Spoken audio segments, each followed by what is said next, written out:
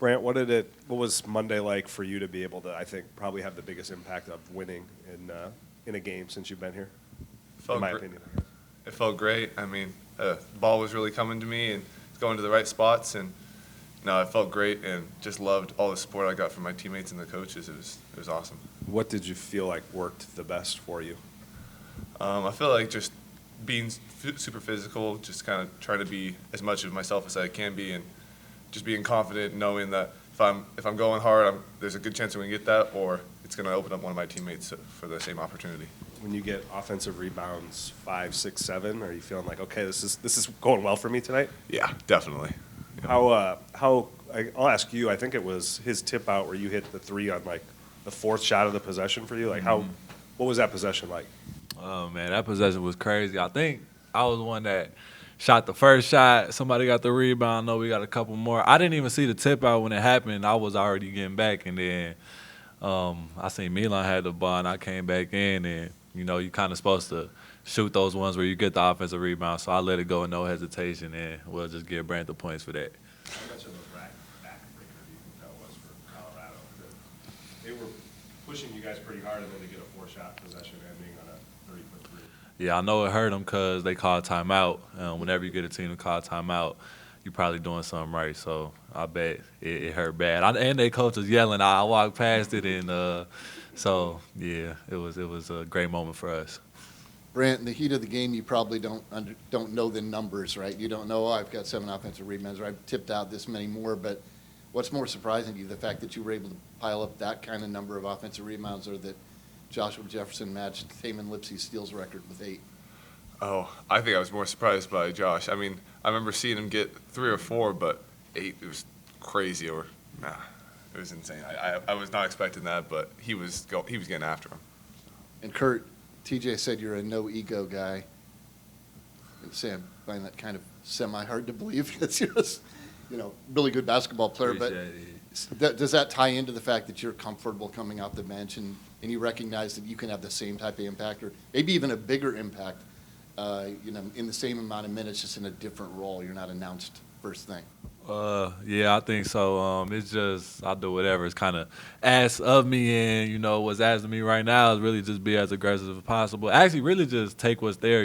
Like sometimes I'll come off, 2 is on me, make the pass, and get a layup for somebody else. So really, I just play the game the right way, I say, and the rest takes care of itself. So yeah, that's really it.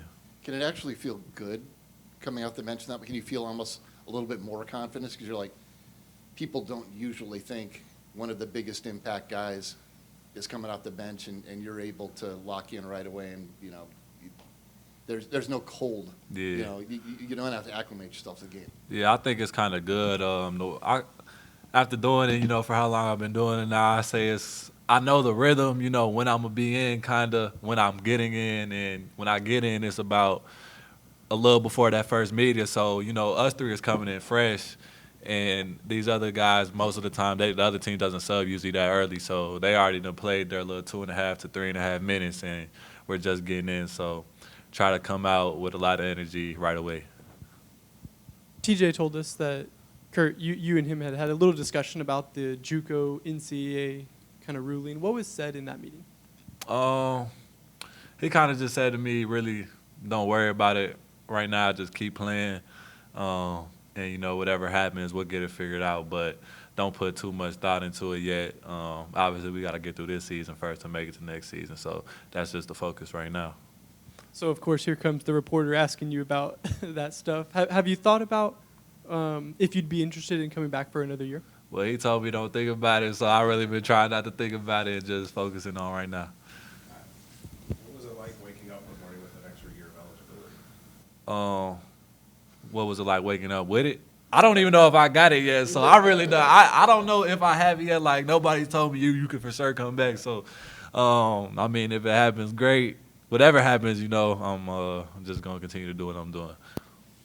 I know the decision's obviously a long way away and you're trying to focus on the right now, but how do you focus on like the right now and thinking about the future and thinking about potentially coming back and all the things that you could accomplish if you come back, but then maybe trying to go professional or just like being done with college because, right, you're 23, 24 years old and like we all get to that stage in life. So how do you balance all of those things that are going through your head? Man, it's really nothing. I'm like, I know it might be hard to believe, but I'm really not thinking about after this. Like, you know, that could put stress on you, you know what I'm saying? And I play best when I'm free, so I'm really just trying to, like, it might sound cliche, but take it game by game, man, like, honestly, and that's what works for me the best. So then, game by game for both of you, what do you guys know about Baylor? Got it. Just know that they're a really good offensive team, and that's what they really pride themselves on. So we just gotta keep to our principles and just get stops the entire time, and just keep working on the defensive end, and our offense will come from that. And just what he did here, offensive rebounding, they offensive rebound really well, and they got a great foreman, so that's really the focus.